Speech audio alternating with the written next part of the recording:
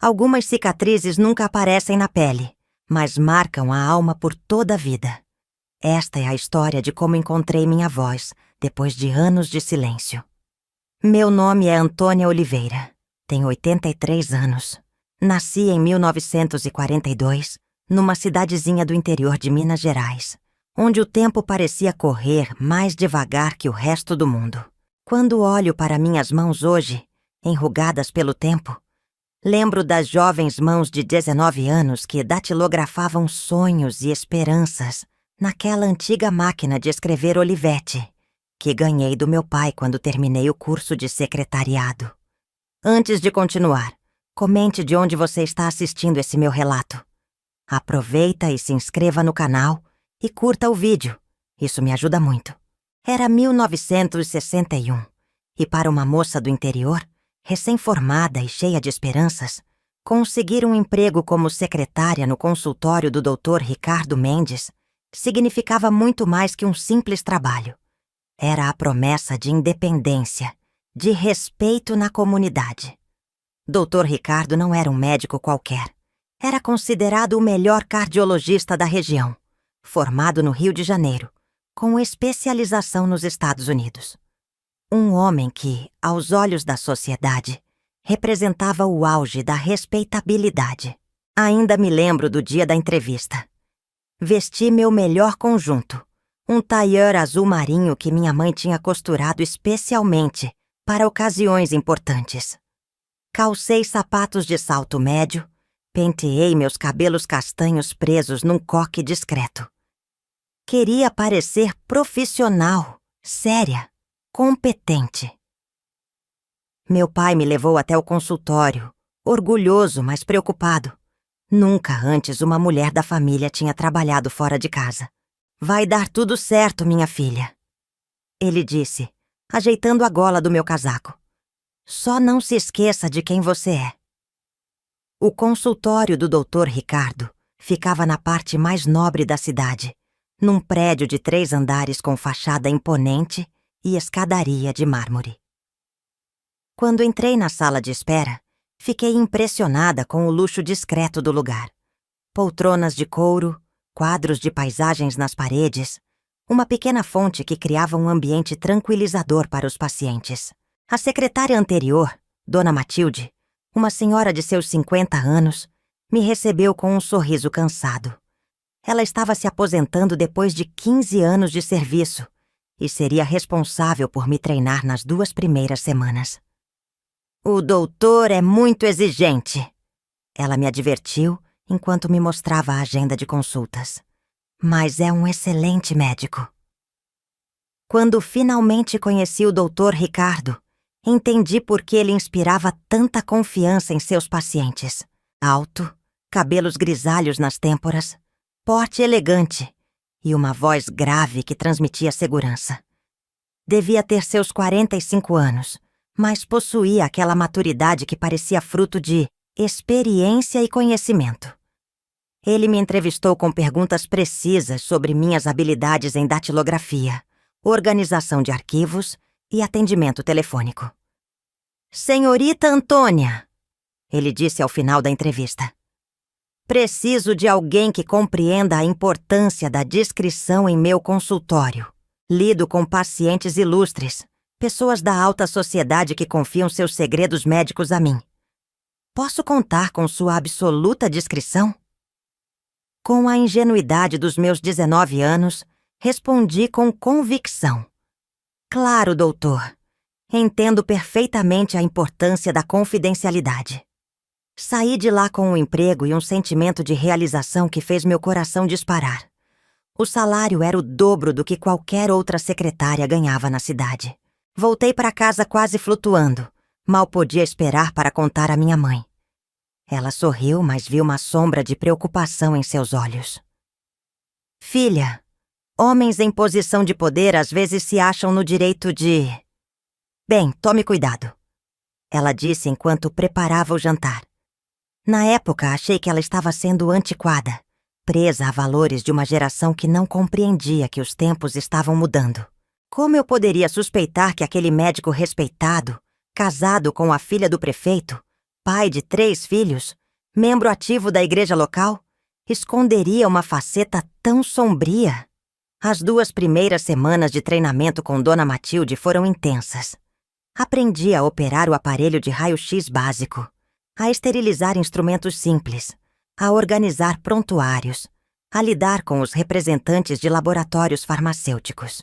Observei como ela lidava com os pacientes nervosos, acalmando-os com palavras gentis antes das consultas. Tudo parecia perfeito. No entanto, hoje percebo sinais que ignorei, como quando Dona Matilde me ensinou a sempre deixar a porta do consultório aberta durante os exames de pacientes do sexo feminino. É para a proteção delas e do doutor, ela explicou sem entrar em detalhes.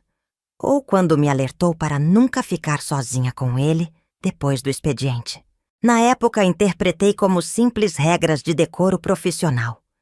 No dia em que Dona Matilde se despediu, ela segurou minhas mãos com força. Menina, se precisar de qualquer coisa, sabe onde me encontrar. Havia algo em seus olhos, uma mensagem não dita que só anos mais tarde eu compreenderia. As primeiras semanas trabalhando sozinha foram desafiadoras, mas estimulantes. Dr. Ricardo parecia satisfeito com meu trabalho. Elogiava minha organização, minha pontualidade, minha discrição. Os pacientes gostavam do meu atendimento. Eu me sentia realizada profissionalmente. Foi aí que comecei a receber pequenos presentes. Um dia, ao chegar, encontrei uma caixa de chocolates finos sobre minha mesa. Para adoçar seu dia, dizia o bilhete sem assinatura. Mas eu sabia que vinha dele. Em outra ocasião foi um lenço de seda, depois um livro de poesias. Presentes que, na minha ingenuidade, interpretei como gestos de apreciação profissional. Minha mãe notou o lenço quando o usei no domingo na missa. Quem lhe deu isso, Antônia? Perguntou com a testa franzida. Foi um presente do Dr. Ricardo por meu bom trabalho. Respondi, orgulhosa. Ela trocou um olhar com meu pai que eu não soube interpretar. Filha, não é apropriado aceitar presentes pessoais de seu patrão. Meu pai disse com voz baixa. Devolva educadamente. Fiquei indignada.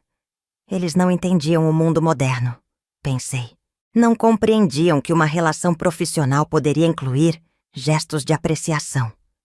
Era tudo tão inocente aos meus olhos. O consultório começou a prosperar ainda mais. Dr. Ricardo ampliou o horário de atendimento, contratou uma faxineira que vinha 2 vezes por semana, comprou equipamentos novos. Eu me sentia parte daquele sucesso, e meu status na cidade crescia como a secretária do ilustre médico. Comecei a notar pequenas mudanças no comportamento dele. Às vezes, ao me passar documentos para assinar, seus dedos tocavam os meus por tempo demais. Durante o ditado de cartas, ele se aproximava mais do que o necessário, seu perfume caro invadindo meu espaço pessoal. Quando estávamos sozinhos no consultório, sentia seu olhar percorrendo meu corpo quando achava que eu não estava prestando atenção. Tentei ignorar esses sinais, convencendo-me de que estava imaginando coisas. Afinal, Dr. Ricardo era um homem culto, respeitado, casado. Por que se interessaria por uma simples moça do interior? Foi numa sexta-feira, 6 meses após o início do meu trabalho, que aconteceu o primeiro incidente que não pude mais ignorar. Estávamos trabalhando até mais tarde. Havia um relatório importante para a Secretaria de Saúde que precisava ser finalizado. O consultório já estava vazio. Os últimos pacientes tinham saído há mais de 1 hora. Antônia, ele chamou de sua sala. Pode vir aqui um momento? Preciso que veja algo. Entrei em sua sala, bloco de anotações em mãos, pronta para mais um ditado. Ele estava em pé junto à sua estante de livros médicos, a gravata ligeiramente frouxa, o paletó pendurado no cabideiro. Feche a porta, por favor, ele pediu com naturalidade. Hesitei por um segundo, lembrando-me do conselho de Dona Matilde, mas obedeci. Sabe, tenho observado seu trabalho, sua dedicação. Ele começou, aproximando-se lentamente. Você é uma jovem muito especial, Antônia. Tem potencial para crescer muito mais. Obrigada, doutor. Respondi, sentindo um calafrio inexplicável. Ricardo! Ele corrigiu com um sorriso. Quando estamos sozinhos, pode me chamar de Ricardo. Dei um passo para trás, confusa com a mudança de tom. Ele avançou mais, pegando minhas mãos entre as suas. Uma moça tão bonita e inteligente como você merece mais que um simples salário de secretária. Posso ajudá-la a crescer na vida, Antônia. Posso lhe ensinar coisas que não aprenderá em nenhum curso. Senti meu rosto queimar de vergonha e constrangimento. Retirei minhas mãos das dele, balbuciando alguma desculpa sobre estar atrasada para o jantar em família. Ele não insistiu naquele dia. Apenas sorriu, como se soubesse de algo que eu ainda não compreendia. Pense no que eu disse, querida. A vida oferece oportunidades que não voltam. Saí do consultório tremendo, confusa com o que havia acontecido. Parte de mim queria acreditar que tinha interpretado mal suas palavras, que ele realmente estava falando de oportunidades profissionais. Outra parte, porém, aquela que minha mãe havia tentado alertar, sabia exatamente o que aquilo significava. Passei o fim de semana inteiro angustiada, pensando se deveria contar aos meus pais, se deveria procurar outro emprego. Mas quais eram minhas alternativas na pequena cidade? Onde encontraria um trabalho que pagasse tão bem, que me desse tanto status? Na segunda-feira, Dr. Ricardo agiu como se nada tivesse acontecido. Foi cordial, profissional, manteve distância apropriada. Pensei que talvez ele tivesse percebido meu desconforto e reconsiderado seu comportamento. Permiti-me acreditar que aquele incidente havia sido um erro isolado, talvez resultado de um momento de fraqueza. Como eu estava enganada. Aquilo foi apenas o começo de um pesadelo que duraria quase 2 anos e cuja sombra me acompanharia por décadas. Um pesadelo que só terminaria quando eu finalmente encontrasse minha voz e a coragem para usá-la. Aquele primeiro incidente na sala do Dr. Ricardo foi apenas a ponta de um iceberg sombrio que lentamente emergia em minha vida. Nas semanas seguintes, notei uma mudança sutil na atmosfera do consultório. O que antes era um ambiente de trabalho profissional transformou-se num terreno minado, onde cada interação escondia uma possível armadilha. Lembro-me perfeitamente de uma manhã chuvosa de abril de 1962. O consultório estava especialmente movimentado devido a uma campanha de check-up cardíaco que havíamos anunciado no jornal local. Enquanto organizava as fichas dos pacientes, percebi que Dr. Ricardo havia alterado a agenda, deixando um horário vago no final da tarde. Antônia, reservei esse horário para discutirmos a expansão do consultório, explicou quando questionei a mudança. Havia algo em seu tom de voz, um subtexto que fez meu estômago apertar. Naquela época, o consultório estava prosperando. Dr. Ricardo falava em contratar um assistente, talvez até um jovem médico para ajudá-lo nos atendimentos. A ideia de crescimento profissional deveria me animar, mas aquele horário reservado no final do expediente me deixou inquieta. Quando o último paciente saiu, já passava das 6. A chuva intensificara-se, transformando as ruas em pequenos riachos. Era uma dessas noites em que tudo o que se deseja é chegar logo em casa, preparar um chá quente e escutar o barulho da chuva do conforto do lar. Você vai se molhar toda nessa chuva, tia Antônia, disse o Dr. Ricardo, fechando as cortinas do consultório. Posso levá-la em casa em meu carro. Aquilo parecia um gesto de gentileza, mas algo na maneira como ele me observava me fez recusar. Obrigada, doutor, mas meu pai virá me buscar. Era uma mentira. Papai estava acamado naquela semana com um resfriado forte. Então vamos aproveitar para discutir os planos enquanto espera. insistiu ele, indicando sua sala privativa. Entrei relutante, deixando a porta propositalmente aberta. Ele a fechou logo em seguida, com um movimento casual que fingia naturalidade. Antônia, preciso lhe mostrar as plantas da possível expansão. Não havia plantas sobre a mesa. Apenas um envelope pardo que ele abriu lentamente, retirando dali não projetos arquitetônicos, mas fotografias. Com horror, reconheci algumas pacientes do consultório, em situações de exame médico, fotografadas sem que percebessem, em ângulos que revelavam partes íntimas de seus corpos. "O que é isso?" perguntei com a voz trêmula. "Documentação médica", respondeu com uma tranquilidade perturbadora. "Isso fica entre nós, claro. Parte da nossa confiança profissional." Aquelas imagens me chocaram profundamente. Reconheci Dona Helena, esposa do farmacêutico. A jovem Clara, filha do juiz. Dona Marta, professora da escola municipal.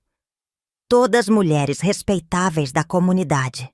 Todas vulneráveis naquelas fotografias.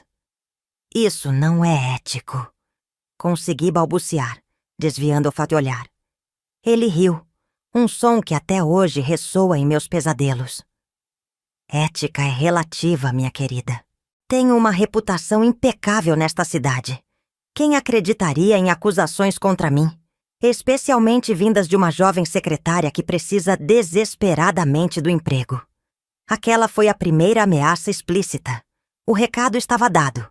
Ele tinha poder. Eu não. Nos dias seguintes, desenvolvi um sistema de autodefesa. Nunca mais fiquei sozinha no consultório após o expediente. Inventava compromissos, dizia que minha mãe estava doente, que precisava ajudar em casa. Passei a deixar a porta aberta sempre que entrava em sua sala, a manter distância física quando ele se aproximava. Mas Dr. Ricardo era persistente. Uma tarde, enquanto eu arquivava prontuários no pequeno almoxarifado, ele entrou sorrateiramente. O espaço era tão estreito que nossos corpos quase se tocavam. "Por que está me evitando, Antônia?" sussurrou, bloqueando a saída. "Não estou, doutor. Apenas tenho muitas responsabilidades familiares ultimamente.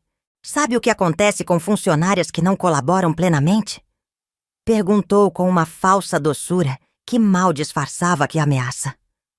"Elas perdem recomendações. E nesta cidade, sem minha recomendação, que portas se abririam para você?" Naquele instante, a campainha da recepção soou. Um paciente chegara para a consulta de emergência. Nunca senti tanto alívio ao ouvir aquele som estridente. Comecei a notar padrões no comportamento dele.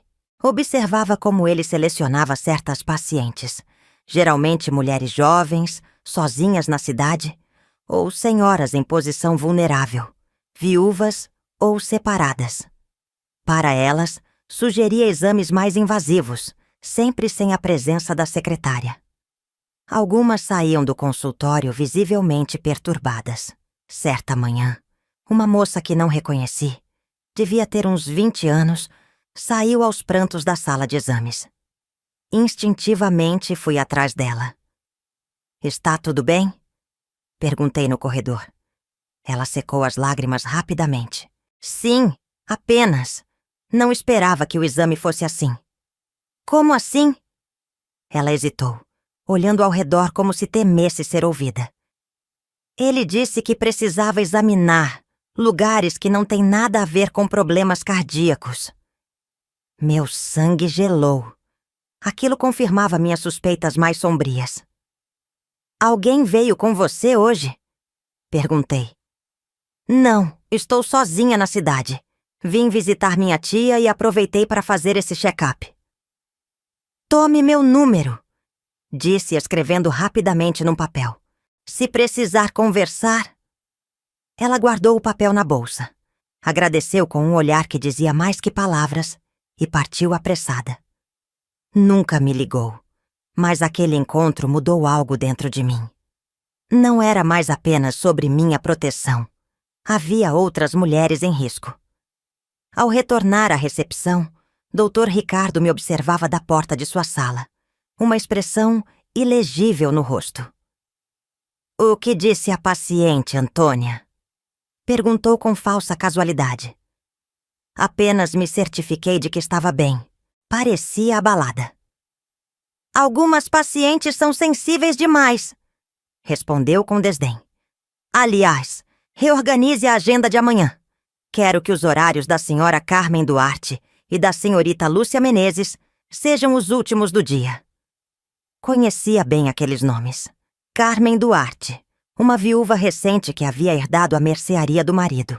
Lúcia Menezes, estudante universitária que voltara à cidade para cuidar da mãe doente. Ambas vulneráveis. Ambas sozinhas. Elas solicitaram esses horários específicos?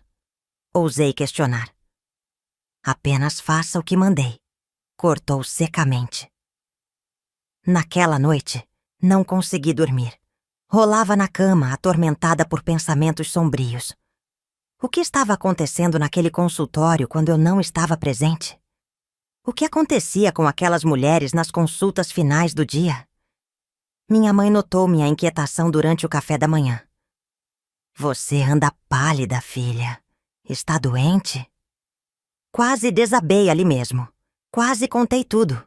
Mas as palavras do Dr. Ricardo ecoavam em minha mente. "Quem acreditaria em você contra mim?" "É só cansaço, mãe. O trabalho no consultório aumentou muito." Ela me observou com aqueles olhos que sempre enxergavam além das palavras. "Antônia, se algo estiver errado, você pode nos contar. Seu pai e eu sempre estaremos ao seu lado."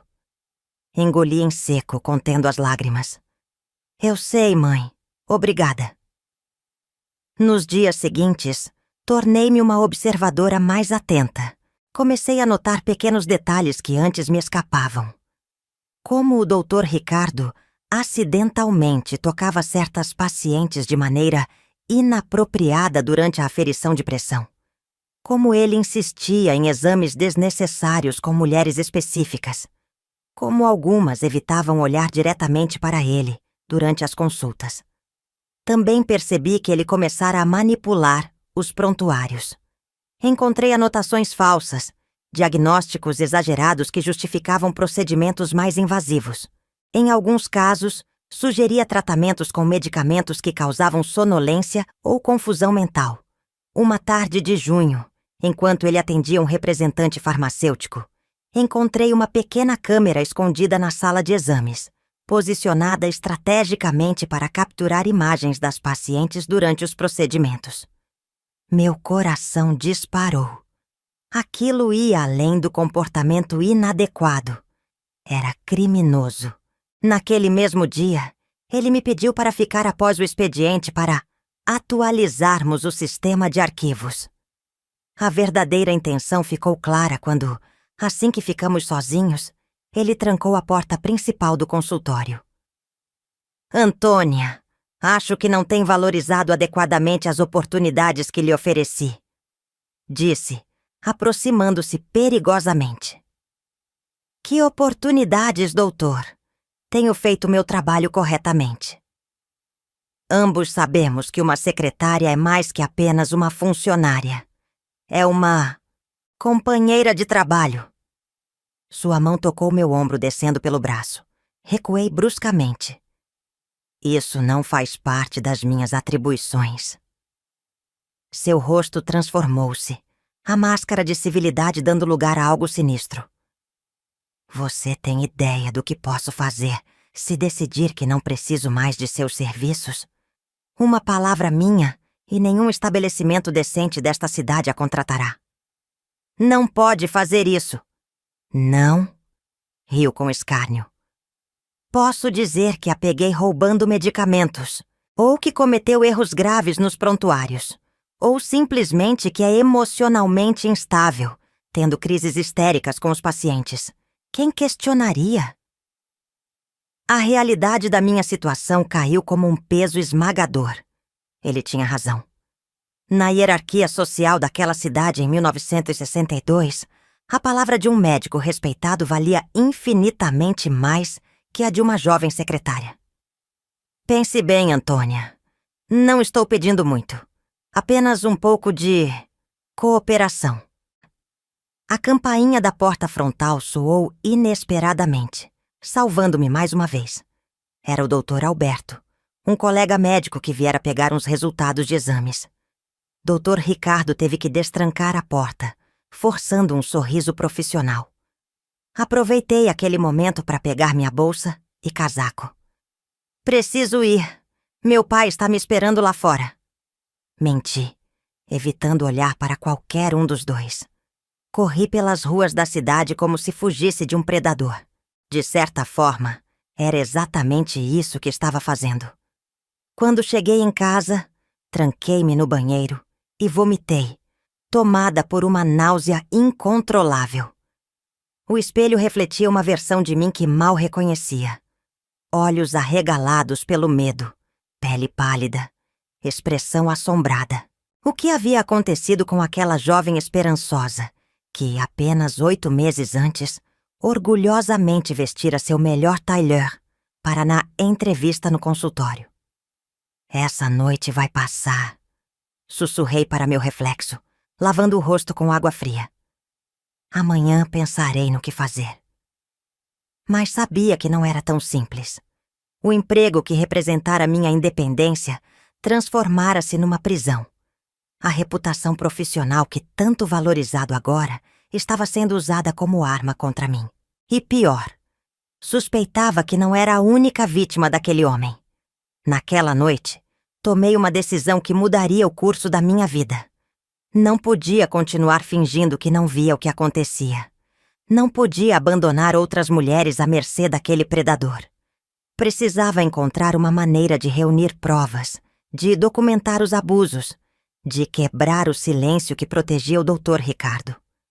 Não sabia ainda como faria isso, nem que preço pagaria por desafiar um homem tão poderoso. Mas uma coisa estava clara. As vozes silenciadas no consultório precisavam ser ouvidas. A manhã seguinte chegou com o peso de minha decisão.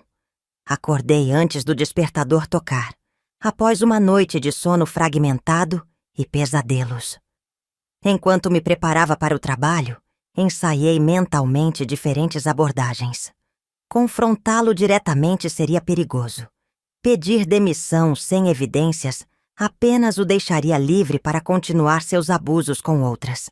A única opção viável era documentar, reunir provas, criar um caso sólido que nem mesmo a reputação dourada do Dr. Ricardo poderia desmantelar. Cheguei ao consultório mais cedo que o habitual. A faxineira, Dona Conceição, ainda limpava a sala de espera. "Bom dia, menina. Madrugou hoje?" perguntou com seu sorriso sincero. "Precisava adiantar algumas coisas", respondi vagamente, seguindo para minha mesa. Aproveitei aqueles momentos de solitude para examinar com mais cuidado os arquivos. Comecei a criar um sistema secreto de anotações em um pequeno caderno que mantinha escondido em minha bolsa. Para cada paciente que me parecia vulnerável ou que apresentava sinais de desconforto após as consultas, fazia uma pequena marca discreta em sua ficha. Um ponto quase imperceptível no canto superior direito. Quando o Dr. Ricardo chegou, forcei meu melhor sorriso profissional. "Bom dia, doutor. O Sr. Mendonça ligou desmarcando o horário das 9h. Está com gripe." Ele pareceu estudar meu rosto por um momento, procurando sinais do nosso confronto do dia anterior. Não encontrando o que buscava, limitou-se a assentir. "Reorganize a agenda então. E Antônia, sobre ontem?" "Já esqueci, doutor." Interrompi com falsa leveza. "Todos temos dias difíceis." Um leve sorriso de satisfação surgiu em seu rosto. Era exatamente o que ele queria ouvir, que eu estaria disposta a fingir que nada acontecera. Aquela pequena mentira me concedeu o que eu mais precisava: tempo. Durante as semanas seguintes, adotei uma estratégia cuidadosa. Externamente, voltei a ser a secretária eficiente e submissa que ele esperava. Internamente, transformei-me numa detetive meticulosa, catalogando cada incidente suspeito, cada comentário inapropriado, cada paciente que demonstrava sinais de abuso. Foi nesse período que aprendi a desaparecer em plena vista. A estar presente fisicamente enquanto tornava minha presença quase imperceptível. Era uma habilidade útil quando precisava ouvir conversas sem ser notada ou observar comportamentos quando ele pensava estar sozinho. Contudo, esse jogo de aparências cobrava seu preço. À noite, ao chegar em casa, sentia-me exausta não apenas fisicamente, mas espiritualmente. Manter aquela fachada de normalidade enquanto testemunhava horrores sutis, dia após dia, corroía algo fundamental dentro de mim. Minha família começou a notar mudanças que não conseguia mais esconder. Emagreci vários quilos, desenvolvendo olheiras profundas que nenhuma maquiagem conseguia disfarçar. Meu pai, sempre observador, confrontou-me uma noite após o jantar. Minha filha, algo está acontecendo. Você não é mais a mesma. Quase desabei ali mesmo. Quase contei tudo. Mas então pensei nas consequências. Não apenas para mim, mas para eles. Dr. Ricardo conhecia todos na cidade. Tinha influência sobre o emprego de meu pai na prefeitura, sobre os remédios que minha mãe precisava da farmácia local, sobre tantos aspectos de nossas vidas. É só o trabalho, pai. Estamos com muitos pacientes ultimamente. Menti, odiando-me por cada palavra falsa. Uma tarde de julho, quando as férias escolares trouxeram um fluxo maior de mães com seus filhos ao consultório, testemunhei algo que cristalizou minha determinação. Uma jovem mãe, Teresa, viúva recente, trouxera seu filho de 10 anos para um check-up. Ao final da consulta com o menino, Dr. Ricardo sugeriu que ela própria fizesse um exame. A senhora também parece pálida. Melhor verificarmos seu coração. Antônia, leve o garoto para tomar um refrigerante na lanchonete da esquina, enquanto examino a mãe. Aquilo era incomum. Nunca antes ele havia sugerido que eu saísse do consultório durante o expediente. O menino pareceu animado com a ideia do refrigerante, mas algo no olhar de Teresa, um medo velado, uma hesitação, disparou todos os alarmes em minha mente. Doutor, não posso deixar a recepção desatendida. E se ligarem ou chegarem pacientes de emergência? Argumentei. Ficaremos apenas 15 minutos. Insistiu ele, um tom de irritação mal disfarçado em sua voz. Foi Teresa quem resolveu o impasse. Obrigada, doutor, mas estamos com pressa hoje. Quem sabe na próxima consulta do Júnior? Ela praticamente arrastou o filho para fora, agradecendo rapidamente enquanto saía. Dr. Ricardo fechou-se em sua sala, visivelmente contrariado. Horas depois, quando o consultório estava vazio, ele me chamou. Antônia, precisamos falar sobre suas interferências. Interferências, doutor? Não se faça de desentendida. Percebi como tem observado minhas consultas, como tem feito anotações que não lhe pedi.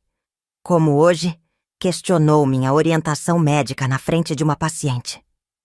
Meu coração acelerou, mas mantive a expressão neutra. Apenas me preocupei com a recepção desatendida. Desculpe se pareceu impróprio. Ele se aproximou, inclinando-se sobre minha mesa. Sabe o que acontece com secretárias que não sabem seu lugar? Elas desenvolvem reputações problemáticas. Que tipo de reputações? Perguntei, sentindo a garganta seca. Oh, há tantas possibilidades, sorriu com malícia. Talvez a de uma jovem emocionalmente instável, ou de alguém que inventa histórias para chamar atenção, ou quem sabe, a de uma moça que se insinua para homens comprometidos e depois os acusa falsamente quando rejeitada. O sangue gelou em minhas veias. Ele estava me ameaçando diretamente, deixando claro o que aconteceria se eu falasse sobre suas condutas. Tenho amigos no jornal local. Continuou, saboreando meu evidente desconforto. Uma pequena nota sobre comportamento inadequado de uma funcionária, sem nem mencionar nomes, seria suficiente para que todos na cidade soubessem de quem se trata. Sua família ficaria desapontada. Engoli em seco, compreendendo completamente a extensão de sua ameaça. Não era apenas meu emprego que estava em jogo. Era minha reputação, meu futuro, a honra de minha família. Em 1962, numa pequena cidade do interior, uma jovem solteira com a reputação manchada tinha poucas chances de recuperação social. Não tenho feito nada além do meu trabalho, doutor. Consegui responder com uma calma que não sentia. Ótimo. Mantenha-se assim. Trabalhe, sorria para os pacientes e não se intrometa no que não lhe diz respeito. Ele caminhou até a porta, parando antes de sair. Ah, e Antônia, se por acaso decidir buscar outro emprego, lembre-se de que nenhuma carta de recomendação minha significará portas fechadas para você, nesta cidade. E acredite, ninguém a contratará sem minha aprovação. A armadilha estava completa. Eu não podia ficar, mas também não podia sair. Se denunciasse seus abusos, seria desacreditada e difamada. Se simplesmente pedisse demissão, estaria condenada ao desemprego e à desconfiança da comunidade. Nas semanas seguintes, senti a pressão do isolamento crescer ao meu redor. Dr. Ricardo começou a espalhar pequenos comentários sobre mim para outros profissionais da área médica. Nada explicitamente difamatório, apenas insinuações sutis. Antônia anda muito sensível ultimamente. Ou, preciso ter cuidado com o que digo. Ela interpreta tudo de maneira pessoal. O efeito foi gradual, mas perceptível. Enfermeiras do hospital que antes conversavam animadamente comigo, agora pareciam mais reservadas. A farmacêutica, que costumava me convidar para tomar café durante meu intervalo, subitamente estava sempre ocupada. Até mesmo o entregador de correspondência, que sempre parava para uma conversa rápida, agora apenas deixava as cartas e saía apressado. Uma tarde, na mercearia, ouvi duas senhoras cochichando enquanto me observavam selecionar legumes. É aquela que trabalha para o Dr. Ricardo, sussurrou uma delas. Dizem que anda inventando histórias. Sempre desconfiei, respondeu a outra. Tão jovem e solteira, trabalhando sozinha com um médico casado. Isso nunca acaba bem. Voltei para casa naquele dia com os olhos ardendo de lágrimas contidas. A estratégia dele estava funcionando.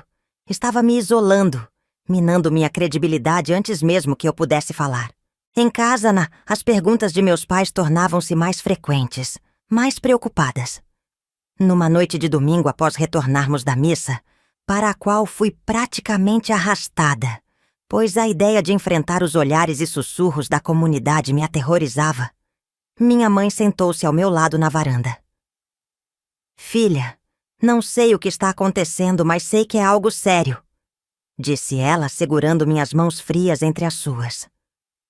Você chora durante a noite, mal come, evita sair de casa exceto para o trabalho. Isso não é vida para uma moça de 20 anos. Mordi os lábios, lutando contra essa emoção. Estou bem, mãe. É só uma fase. Antônia Oliveira. Ela usou meu nome completo, como fazia quando eu era criança, e mentia sobre alguma travessura. Sou sua mãe. Posso não ter estudos, mas conheço minha filha. Algo ou alguém está machucando você. Foi como se uma represa se rompesse. As lágrimas que havia contido por tanto tempo finalmente transbordaram. Entre soluços, contei partes da verdade. Não tudo. Poupei-a dos detalhes mais sórdidos, mas o suficiente para que compreendesse a gravidade da situação.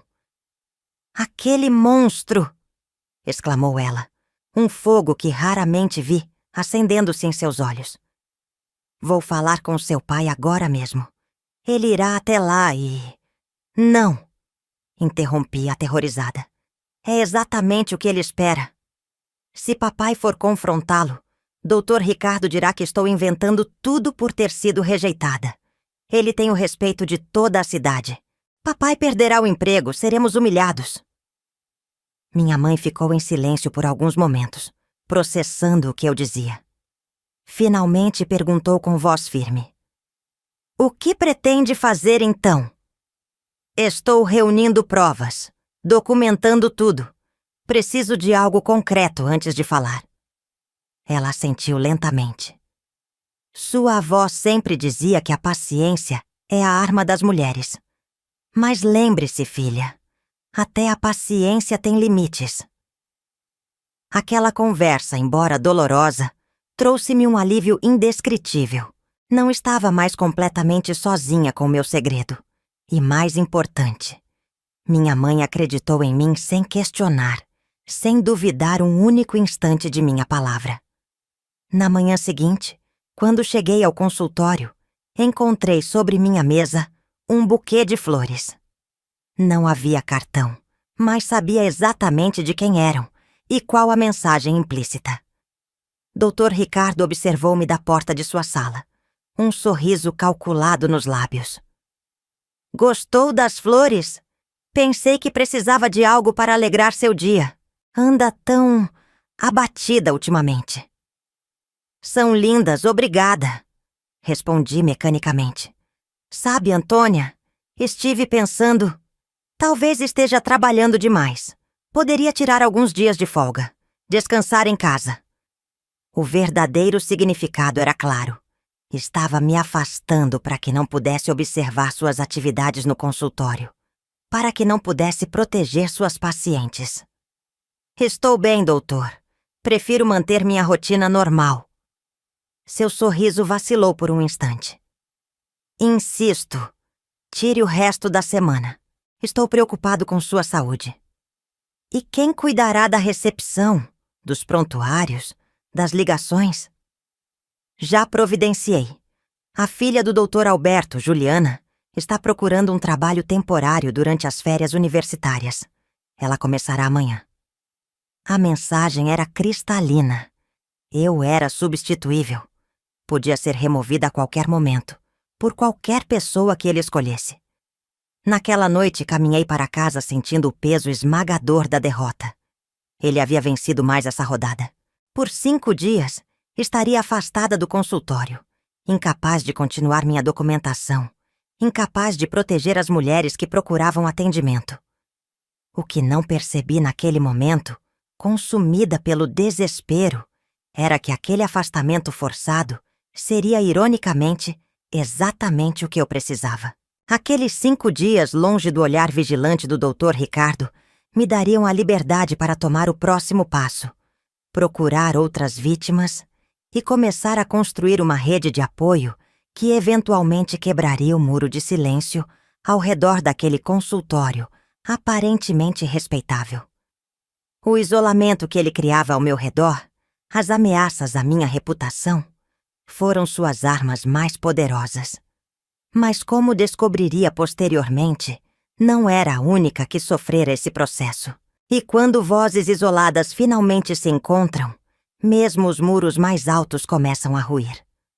Os 5 dias de afastamento forçado que Dr. Ricardo me impôs transformaram-se numa inesperada oportunidade. Inicialmente, passei os 2 primeiros dias em casa, consumida pela ansiedade, imaginando o que estaria acontecendo no consultório na minha ausência. Pensava nas pacientes vulneráveis, nas jovens mulheres que poderiam estar sofrendo os mesmos abusos que eu testemunhara. A culpa por não estar lá para, de alguma forma, protegê-las me corroía por dentro. Foi minha mãe quem me despertou desse estado de paralisia. Durante o café da manhã do 3º dia, ela sentou-se à minha frente com uma determinação que raramente demonstrava. "Antônia, ficar aqui se lamentando não mudará nada. Se tem 5 dias longe daquele lugar, use-os." "Para quê, mãe? Ele venceu. Quando voltar, será como se nada tivesse acontecido e continuarei presa na mesma situação." Ela pegou minhas mãos entre as suas, olhos firmes nos meus. "Você falou que precisa de provas, que precisa encontrar outras vítimas. Pois bem, agora tem tempo para isso sem precisar explicar seus movimentos a ele. Aquelas palavras simples foram como um raio de clareza cortando a névoa da minha mente. É claro! Estava livre do consultório, livre do olhar vigilante do Dr. Ricardo. Podia finalmente agir sem medo de ser observada. Naquela mesma tarde, vesti-me com cuidado. Um vestido discreto, um lenço cobrindo parcialmente meu rosto. Óculos escuros que raramente usava. Não queria ser imediatamente reconhecida. Meu destino. A casa de Dona Matilde, a antiga secretária que havia me advertido veladamente antes de se aposentar. Dona Matilde vivia num pequeno sobrado na parte mais antiga da cidade. Quando abriu a porta e me viu, seus olhos se arregalaram por um instante antes de se estreitarem em compreensão. Estava esperando sua visita há muito tempo, Antônia, disse ela, fazendo-me entrar rapidamente. Talvez tenha demorado mais do que eu imaginava. A pequena sala estava impecavelmente arrumada, embora mobiliada de forma modesta. Um gato malhado observava-me com curiosidade do parapeito da janela. Como sabia que eu viria? Perguntei, removendo os óculos escuros. Ela me ofereceu um lugar no sofá e sentou-se à minha frente numa poltrona gasta pelo tempo. Reconheci os sinais, a mesma expressão que vi no espelho durante anos, o mesmo olhar assombrado. Então, aconteceu com você também? Dona Matilde serviu-nos chá de um bule de porcelana com bordas lascadas. Suas mãos tremiam levemente. Comigo, com a secretária antes de mim. Posso apenas supor que continua acontecendo. Durante as 2 horas seguintes, escutei seu relato. Ela trabalhou para o Dr. Ricardo por 15 anos, suportando assédios, ameaças veladas, testemunhando abusos contra pacientes. Por que permaneceu tanto tempo? A resposta era dolorosamente familiar. Medo, necessidade financeira, isolamento. Como viúva sem filhos, dependia inteiramente daquele emprego. Por que não denunciou quando finalmente saiu? Perguntei. Seus olhos se encheram de lágrimas contidas. Denunciar para quem, minha querida? Para o delegado, que é seu paciente há décadas. Para o juiz, cujo filho foi salvo pelo Dr. Ricardo durante uma crise cardíaca? Para o padre, que recebe doações generosas dele para as obras da igreja? Aquela realidade esmagadora pesou sobre mim. Dr. Ricardo havia construído não apenas uma reputação, mas uma fortaleza de proteção social ao seu redor. Não vim aqui para desencorajá-la, continuou Dona Matilde, notando meu desânimo. Vim para dizer que não está sozinha. E mais importante, tenho algo que pode ajudar. Ela levantou-se com dificuldade e foi até um baú antigo no canto da sala. De lá, retirou um caderno encadernado em couro escuro, fechado com um pequeno cadeado. Meu diário. 15 anos de registros detalhados. Nomes, datas, incidentes. Não apenas comigo, mas com dezenas de pacientes. Meu coração acelerou. Por que não usou isso antes? Minha palavra contra a dele não seria suficiente. E estas mulheres...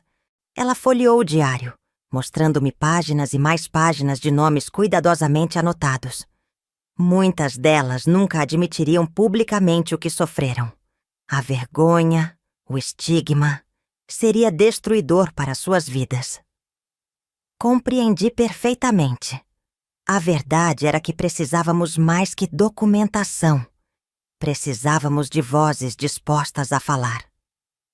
Há uma lista aqui, continuou Dona Matilde, apontando para as últimas páginas do diário. De mulheres que acredito que falariam se não estivessem sozinhas. Mulheres que demonstraram mais raiva que vergonha, mais indignação que medo. Comece por elas. Quando saí da casa de Dona Matilde, já escurecia. Carregava em minha bolsa não apenas seu diário emprestado, mas algo ainda mais valioso. A confirmação de que não estava imaginando coisas, de que não estava sozinha, de que havia um padrão de comportamento estabelecido há anos. Nos 2 dias seguintes, visitei 3 mulheres da lista. A primeira, Clara Mendonça, havia se mudado para outra cidade. A segunda, Luísa Fernandes, recusou-se a falar comigo, fechando a porta em meu rosto assim que mencionei o nome do Dr. Ricardo. Mas a terceira, Helena Mota, uma viúva de 45 anos que administrava sozinha uma pequena livraria, convidou-me para entrar assim que expliquei vagamente o motivo da minha visita. Então, finalmente, alguém vai fazer algo a respeito, disse ela, servindo-me café numa pequena copa nos fundos da livraria. Já era tempo. Helena contou-me uma história que fez meu estômago revirar. Durante um exame de rotina, há 2 anos, Dr. Ricardo a dopara com um medicamento misturado à água que lhe oferecera. Quando recuperou parcialmente a consciência, percebeu que estava sendo fotografada em posições comprometedoras. Ele depois usou essas fotografias para chantageá-la, exigindo favores sexuais em troca de seu silêncio. Por que não denunciou? Perguntei, embora já soubesse a resposta. Sou uma viúva gerindo um negócio numa cidade pequena. Se essas fotos viessem a público, quem sofreria as consequências? Ele, com seus amigos poderosos?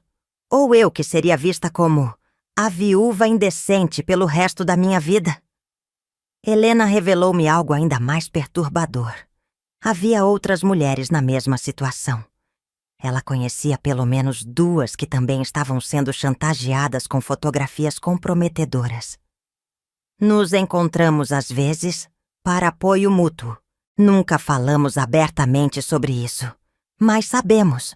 Reconhecemos o sofrimento umas nas outras. Quando voltei para casa naquela noite, minha cabeça fervilhava de ideias. Se Helena estava certa, existia um grupo de mulheres que, juntas, poderiam ser fortes o suficiente para enfrentar o Dr. Ricardo. Não apenas minha palavra contra a dele, não apenas o diário de Dona Matilde, mas várias vozes unidas contando histórias assustadoramente similares. No meu último dia de folga forçada, organizei tudo o que havia descoberto. Anotei nomes, endereços, padrões de comportamento. Percebi que Dr. Ricardo tinha preferência por certos tipos de vítimas. Mulheres sozinhas, geralmente viúvas, ou solteiras independentes, mulheres novas na cidade sem redes de apoio estabelecidas, ou, ocasionalmente, jovens tímidas de famílias importantes que teriam muito a perder com um escândalo. Quando retornei ao consultório na segunda-feira seguinte, senti-me diferente. O medo ainda estava lá, mas agora havia algo mais. Determinação. Juliana, a filha do Dr. Alberto que me substituíra temporariamente, parecia aliviada ao me ver. Graças a Deus você voltou, sussurrou enquanto me passava as anotações da semana. Esse lugar me dá arrepios. Dr. Ricardo me recebeu com um sorriso que não alcançava seus olhos. Antônia, bem-vinda de volta. Espero que esteja descansada. Perfeitamente descansada, doutor. Respondi com uma calma que o fez franzir levemente o senho. Nas semanas seguintes, adotei uma estratégia dupla. Durante o dia, no consultório, era a secretária modelo. Eficiente, discreta, submissa. Evitava confrontos diretos, seguia instruções, mantinha-me invisível enquanto continuava discretamente minha documentação. À noite e nos fins de semana, transformava-me numa investigadora. Com a ajuda de Helena, comecei a organizar pequenas reuniões com outras vítimas. No início, éramos apenas 4 mulheres, encontrando-nos nos fundos da livraria após o horário de fechamento. Logo, o grupo cresceu para 7, depois 12. Foi Teresa, a jovem mãe que eu havia ajudado a escapar de uma consulta suspeita, quem sugeriu algo que mudaria tudo. Precisamos encontrar as fotografias, disse ela durante uma de nossas reuniões. Se ele usa essas imagens para nos chantagear, para nos silenciar, Então precisamos encontrá-las e destruí-las. A ideia era ousada, perigosa até. Significaria invadir a privacidade do consultório, procurar em seus arquivos pessoais. Mas também sabíamos que aquelas fotografias eram nossa maior evidência e nossa maior vulnerabilidade. Helena, que emergira como uma líder natural do grupo, virou-se para mim. Você é a única que tem acesso regular ao consultório. Teria coragem de procurar? 12 pares de olhos se voltaram para mim, cheios de expectativa e medo. Aquelas mulheres haviam confiado em mim suas histórias mais dolorosas. Algumas arriscavam seus casamentos, suas reputações, seus meios de subsistência apenas por estarem ali. Farei isso. Respondi com uma convicção que me surpreendeu. Mas precisarei de ajuda. E de um plano. O plano que desenvolvemos era arriscado, mas meticuloso. Eu sabia que Dr. Ricardo mantinha um arquivo trancado em sua sala particular, uma pequena saleta adjacente ao consultório principal. A chave ficava sempre com ele. No entanto, uma vez por mês ele viajava para São Paulo para participar de congressos médicos, deixando o consultório fechado por um dia inteiro. O próximo congresso seria em 2 semanas. Teríamos que agir então. Durante aquele período de espera, continuei minha rotina normal, cuidando para não despertar suspeitas. Dr. Ricardo parecia mais relaxado ao meu redor, acreditando que seu período de intimidação havia funcionado. Ocasionalmente tentava pequenos avanços, um toque acidental em meu ombro, um comentário sugestivo, mas sempre recuava quando eu demonstrava desconforto. Ele havia voltado à sua estratégia de paciência predatória, acreditando que eventualmente eu cederia por medo ou exaustão. O dia da viagem chegou finalmente. Dr. Ricardo deixou instruções específicas. O consultório ficará fechado amanhã. Aproveitarei para trazer novos equipamentos de São Paulo. Não há necessidade de você vir trabalhar. Sim, doutor. Desejo boa viagem. Respondi docilmente. Assim que seu carro desapareceu na esquina, telefonei para Helena de um orelhão próximo. Ele saiu. Nos encontramos conforme planejado. Às 7 da manhã do dia seguinte, enquanto a cidade ainda despertava lentamente, encontrei-me com Helena e Teresa na parte de trás do prédio onde ficava o consultório. Helena trouxera seu sobrinho, Paulo, um rapaz de 20 anos que trabalhava como chaveiro e havia concordado em nos ajudar sem fazer perguntas. Tem certeza que não há alarmes? Perguntou ele enquanto analisava a fechadura da porta dos fundos. Absoluta. É um prédio antigo. A única segurança são as fechaduras. Em menos de 10 minutos estávamos dentro. O consultório estava silencioso e escuro, as cortinas fechadas dando ao ambiente um ar fantasmagórico. Guiei o pequeno grupo até a sala particular de Dr. Ricardo. O arquivo está ali. Apontei para um móvel de metal cinza no canto. Mas está trancado e não temos a chave. Paulo examinou a fechadura do arquivo. Isso é mais complicado. Precisarei de tempo. Quanto? Perguntou Helena, visivelmente nervosa. Pelo menos meia hora. Talvez mais. Teresa postou-se junto à janela. Ficarei vigiando a rua. Se alguém se aproximar, darei o alerta. Enquanto Paulo trabalhava na fechadura do arquivo, Helena e eu procuramos em outros lugares da sala. Gavetas da escrivaninha, prateleiras da estante, até mesmo atrás dos quadros nas paredes. Não encontramos nada. Após 40 minutos tensos, ouvimos um clique. Consegui! Anunciou Paulo, seu rosto brilhando de suor, apesar da manhã fresca. O arquivo estava organizado por datas, não por nomes. Começamos a examinar as pastas mais recentes, trabalhando retrospectivamente. Logo encontramos o que procurávamos. Envelopes pardos contendo fotografias. Dezenas deles. O que vimos nas imagens fez meu estômago revirar.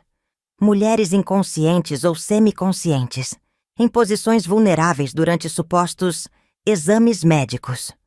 Algumas fotos claramente encenadas para parecer que as mulheres estavam participando voluntariamente de atos íntimos. Reconheci vários rostos: pacientes do consultório, mulheres da comunidade, até mesmo minhas colegas do grupo de apoio. "Precisamos tirar tudo isso daqui", disse Helena, sua voz tremendo de raiva. "Não podemos deixar que continue a usar essas imagens contra nós. Se simplesmente levarmos, ele saberá que alguém invadiu. Pode partir para ações mais desesperadas", argumentei. "Precisamos de cópias, não dos originais." Eu havia antecipado isso e trouxe uma pequena câmera. Fotografamos sistematicamente cada imagem comprometedora, cada documento incriminador. Em uma pasta separada, encontramos algo ainda mais perturbador: cartas de pacientes e familiares com reclamações sobre comportamentos inadequados, todas cuidadosamente arquivadas, junto com anotações sobre como essas pessoas foram silenciadas ou desacreditadas. Trabalhamos rápido, conscientes de que cada minuto nos expunha a mais riscos. Quando terminamos, recolocamos tudo exatamente como estava. Paulo trancou novamente o arquivo, assegurando-se de que não havia sinais visíveis de violação. "Isso deveria ser levado à polícia", disse ele, visivelmente perturbado pelo que vira. "A polícia local nunca agirá contra ele", respondeu Helena. "Precisamos de ajuda de fora. E precisamos preparar estas mulheres para o que virá. Muitas nem sabem que foram fotografadas." Saímos do consultório como entramos, silenciosamente, sem deixar vestígios. Eu tremia, não apenas de medo, mas de uma mistura de horror e determinação. Aquelas imagens, aquelas provas de anos de abusos, estavam agora documentadas. Dr. Ricardo não era mais o único com poder sobre aquelas histórias. Na mesma noite, reunimos o grupo na livraria. 15 mulheres agora, sentadas em círculo, ansiosas pelo que tínhamos para mostrar. Decidimos não exibir as fotografias. Seria demasiado traumático. Em vez disso, explicamos o que havíamos encontrado. "Ele tem usado essas imagens para nos manipular, para nos fazer sentir isoladas e envergonhadas", disse Helena. "Mas agora temos prova de um padrão sistemático de abuso. Não somos casos isolados. Somos dezenas, ao longo de anos." Uma das mulheres, Dona Carolina, uma professora aposentada de 60 anos, levantou-se. "E agora? O que faremos com essas provas?" Foi então que compartilhei a segunda parte do plano. Durante minhas investigações, descobrira que uma ex-moradora da cidade, Márcia Santos, havia se tornado jornalista de um grande jornal em São Paulo. Márcia era conhecida por reportagens sobre direitos das mulheres e casos de abuso de poder. Contatei a semana passada. Ela está interessada em nossa história, disposta a investigar, a publicar, a levar o caso às autoridades estaduais, não apenas locais. Um murmúrio percorreu o grupo. Para algumas, a ideia de exposição pública era aterrorizante. Para outras, representava finalmente uma chance de justiça. "Precisamos decidir juntas", enfatizei.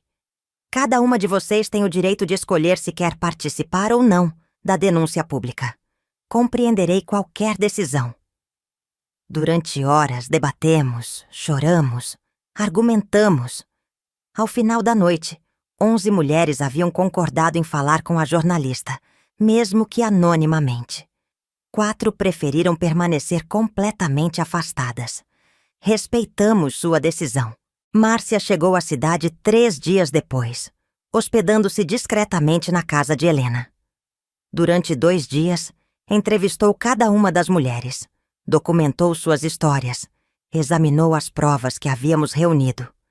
Seu profissionalismo e sensibilidade nos deram confiança de que estávamos seguindo o caminho certo.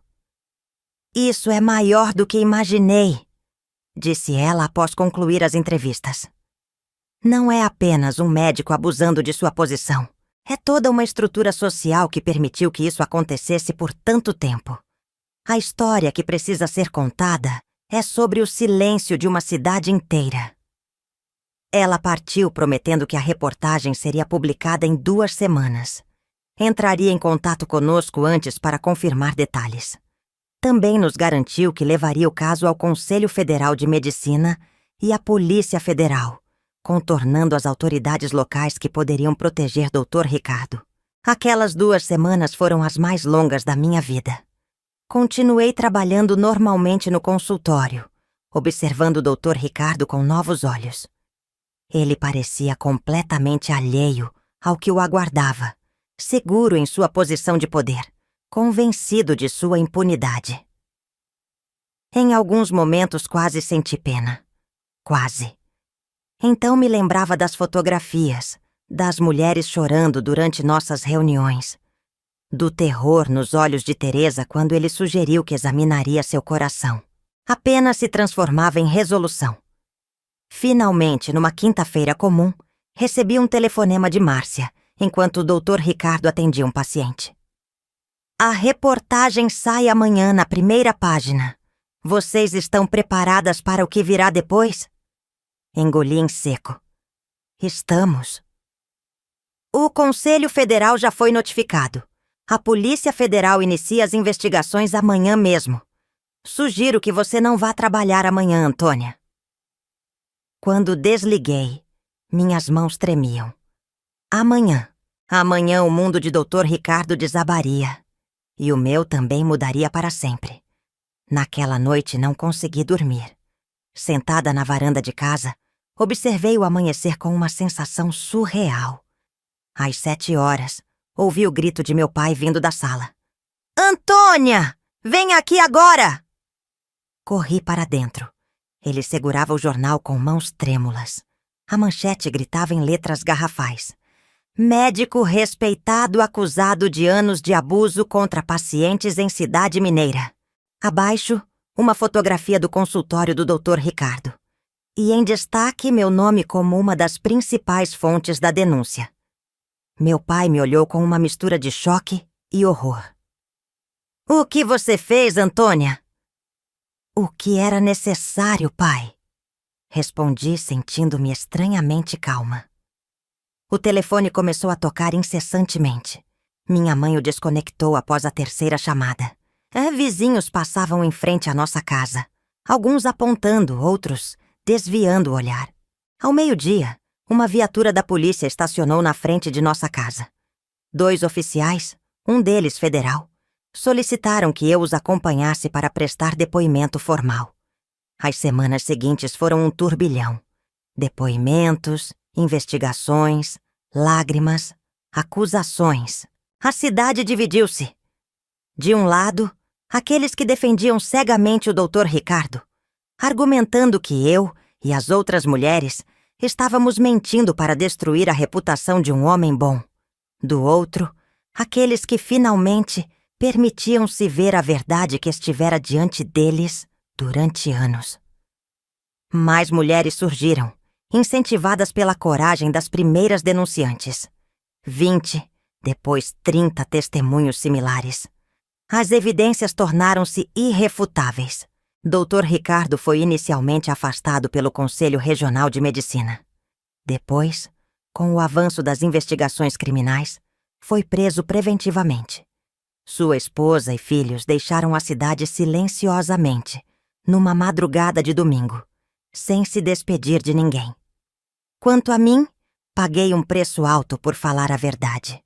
Fui hostilizada nas ruas, recebi ameaças anônimas, tive meu nome manchado por boatos infames. Alguns membros da própria família me viraram as costas, envergonhados pelo escândalo que eu havia causado.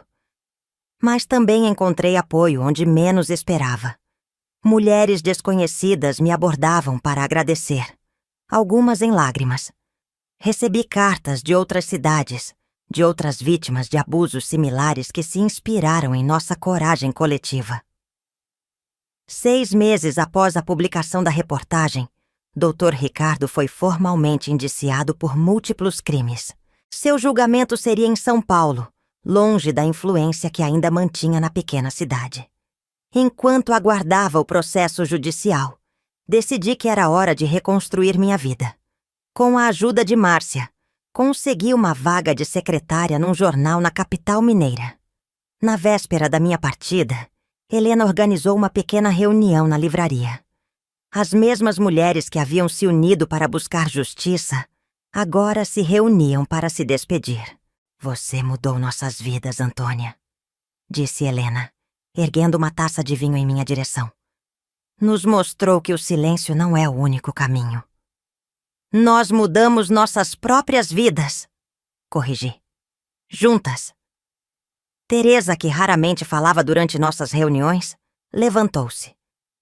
"Antes de tudo isso, pensei que essas cicatrizes que carregamos ficariam para sempre escondidas, vergonhosas. Agora sei que nossas histórias, mesmo dolorosas, podem transformar outras vidas." Quando deixei a cidadezinha de Minas numa manhã de 1963, levava comigo essa lição fundamental. O silêncio protege os abusadores, não suas vítimas.